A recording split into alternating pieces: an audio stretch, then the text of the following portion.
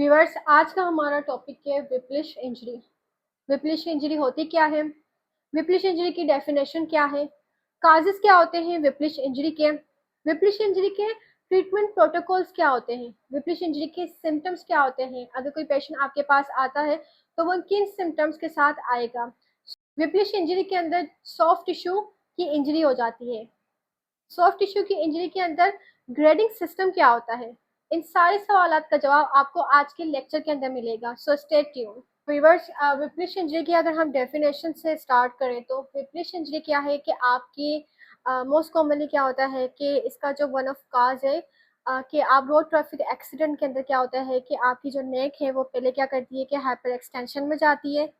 ठीक है, क्योंकि क्या होता है कि एकदम से जो है ना किसी भी ऑब्जेक्ट के साथ यानी कि किसी भी व्हीकल के साथ टकराते हुए क्या होता है कि जो ड्राइविंग कर रहा होता है उसकी नेक क्या होती है आपकी पहले हाइपर एक्सटेंशन में जाती है। ठीक है, देन उसके बाद क्या होती है कि बैक फोर्थ है ना वो हाइपर फ्लेक्शन में जाती है, जिसकी वजह से क्या होता है कि आपके जो सॉफ्ट टिश्यूज हैं, ठीक है, आपको पता है कि आपकी नेक के अंदर जो बोन्स हैं, बोन्स के अलावा जो स्ट्रक्चर्स होते हैं जिसमें आपका आ गया मसल्स आ गए, आपके लिगमेंट्स आ गए, आपकी वर्सा आ गए एंड सो ऑन, तो उनको हम क्या कहते हैं सॉफ्ट टिश्यूज। तो इसमें क्या होता है कि आपकी सर्वाइकल स्पाइन के अंदर आपके जो सॉफ्ट टिश्यूज होते हैं उसमें इंजरी आ जाती है। ठीक है, क्योंकि hyper extension then followed by the hyper flexion की वजह से caused by the rapid back and forth movement of the neck resulting in strain and strain of supporting structure. इसमें क्या होता है कि आपका स्ट्रेन हो जाता है। ठीक है ना, स्ट्रेन मोस्ट कॉमनली किसके लिए, जो मसल्स की इंजरी होती है उसे हम क्या कहते हैं स्ट्रेन। और आपकी स्ट्रेन क्या होता है कि जब आपके लिगमेंट के अंदर टेयर आ जाता है तो उसे हम स्प्रेन कहते हैं। ठीक है, अब इनके अंदर भी कुछ डिग्रीज होती है, फर्स्ट सेकंड थर्ड, वो हम डिटेल के अंदर आगे पढ़ेंगे।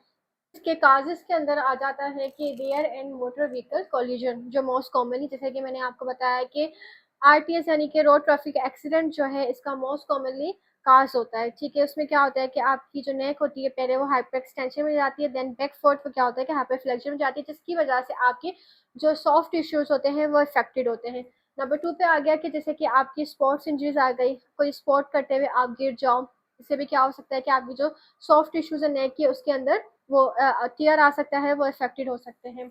नंबर 3 पे ये आ गया कि आप फॉल यानी कि गिरने की वजह से भी हो सकता है, कोई ऐसा फिजिकल असल्ट हो यानी कि कोई ट्रॉमा हो, या किसी जैसे कि मोस्ट कॉमनली होता है कि किसी आप क्या होता है कि झगड़े वगैरह के अंदर क्या होता है कि फिजिकली कोई आपको कोई ऐसी चीज लग जाए तो उससे फिजिकल असल्ट के अंदर वो आ जाती है। इससे भी क्या होता है कि आपके जो नेक के अंदर सॉफ्ट टिश्यूज है वो इफेक्टेड होते हैं। नंबर 5 में आ गया कि आप रोलर कोस्टर की राइड ले रहे हैं, तो ये भी काज हो सकता है आपका विप्लिश इंजरी का।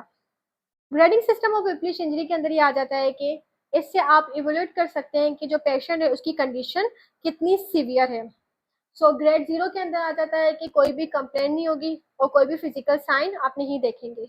के अंदर क्या होगा कि पेशेंट जो आएगा वो कंप्लेन के साथ आएगा नेक की। आप क्या करोगे कि फिजिकल एग्जामिनेशन के टाइम उसे देखोगे कि उसमें उसके नेक के अंदर क्या होगी कि स्टिफनेस होगी और टेंडरनेस प्रेजेंट होगी। इसमें ग्रेड 1 में क्या होता है कि कोई भी फिजिकल साइन जो है वो आप नहीं देखते हो। ग्रेड 2 में क्या होता है कि नेक और आपकी जो मस्कुलर स्केलेटल सिस्टम है वो क्या हो जाता है अफेक्टेड हो जाता है, यानी कि डिक्रीज। आप क्या देखोगे कि रेंज ऑफ मोशन जो है वो क्या है डिक्रीज है, और साथ साथ आप क्या देखोगे इसके अंदर पॉइंट टेंडरनेस होगी पेशेंट को। ग्रेड 3 के अंदर ये होता है कि नेक की कंप्लेन के साथ साथ क्या होता है कि जो आपका न्यूरोलॉजिकल सिस्टम है वो भी क्या हो जाता है इसके अंदर इन्वॉल्व, यानी कि इसमें ये देखा गया है कि जो रिफ्लेक्सेस होते हैं आपकी वो क्या हो जाएंगे इसके अंदर एब्सेंट हो जाएंगे। 3 में जैसे कि मैं आपको बता चुकी हूँ कि इसमें क्या होगा कि आपके एब्सेंट होंगे टेंडन रिफ्लेक्सेस, साथ साथ आप क्या देखोगे कि वीकनेस और सेंसी जो है आप क्या देखोगे इसमें डेफिसिट।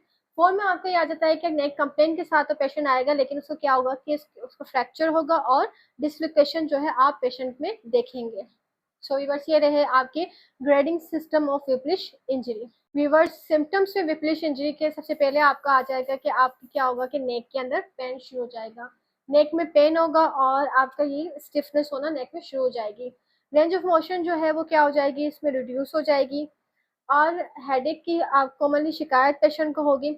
शोल्डर और अपर बैक में क्या होगा कि पेन होना शुरू हो जाएगा। जब पेशेंट आपके पास आएगा तो वो इन सिम्टम्स के साथ आएगा। सिम्टम्स की उसमें आपके पास इंक्लूड होगा कि वो कहेगा कि मेरे नेक के अंदर क्या हो रहा है कि पेन है, स्टिफ हो चुका है। आप जब उसकी फिजिकल एग्जामिनेशन करोगे तो आप स्टिफनेस देखोगे, रिड्यूस क्या होंगे उसके रेंज ऑफ मोशन होंगे, हेडेक होगा उसको, शोल्डर अपर बैक जो है उसमें क्या होगा कि पेन होना शुरू हो जाएगा, डिजीनेस होगी उसे, और साथ साथ इसकी वो शिकायत करेगा कि टिंगलिंग और नमनेस होगी उसकी आर्म के अंदर, और क्या होगा कि उसे कंसंट्रेशन करने में उसे बहुत ज़्यादा डिफिकल्टी होगी। सो वीवर्स ये रहे symptoms of whiplash injury. Special test में वीवर्स आपके पास आ जाते हैं कि सर्वाइकल रेंज ऑफ मोशन आप करवा के इसे एवेल्यूएट कर सकते हो। न्यूरोलॉजिकल एग्जामिनेशन में जैसे कि आप मोटर सेंसरी और रिफ्लेक्सिस को चेक करोगे। स्पर्लिंग टेस्ट आ गया आपका, अपर लिम्ब टेंशन टेस्ट आ गया। इसके अलावा आप इमेजिंग करवा सकते हो जिसके अंदर आपकी अकॉर्डिंग टू द कंडीशन आप क्या करोगे कि पेशेंट को सीटी स्कैन, एक्सरे या एमआरआई जो है वो रिकमेंड करोगे। ये टेस्ट कैसे परफॉर्म किए जाते हैं, कैसे इनकी इवोल्यूशन की जाती है, इसके लिए मैं एक अलग से वीडियो बनाऊंगी जिसके अंदर आप ये देखेंगे कि सर्वाइकल रेंज ऑफ मोशन हम कैसे करवाएंगे उसके अंदर, और स्पर्लिंग टेस्ट कैसे परफॉर्म करवाया जाता है। इसके ट्रीटमेंट प्रोटोकॉल के अंदर आ गया कि पेन मैनेजमेंट के लिए आप क्या करते हो कि शॉर्ट टर्म रेस्ट देते हो। व्यूवर्स याद रखिए कि किसी भी पेशेंट को आप विप्लिश इंजरी के अंदर प्रोलॉन्ग इमोबिलाइजेशन जो है वो रिकमेंड नहीं करते हैं, उसे शॉर्ट टर्म रेस्ट की जानिब आप लेकर जाते हैं। इसके अलावा आप पेन रिलीवर्स जैसे कि इसके अंदर एनसिड्स वगैरह आ गए, ब्रूफिन वगैरह आ गए, आप वो प्रिस्क्राइब करोगे। अगर इंडिकेटेड है, कंडीशन बहुत ज़्यादा सीवियर है, तो आप मसल रिलैक्सेंट वगैरह जो है पेशेंट को रिकमेंड करोगे। फिजिकल थेरेपी आ गई जो कि बहुत एक बेस्ट वे है कि आप विप्लिश इंजरी से जो है वो रिकवर कर सकते हो। इसके अलावा पोस्चर करेक्शन आपके पास आ जाता है इमीडिएट जो है ट्रीटमेंट प्रोटोकॉल के अंदर विप्लिश इंजरी की। सो वीवर्स आप लोगों को ये वीडियो कैसी लगी कमेंट करें, लाइक करें, सब्सक्राइब करें। Thank you so much.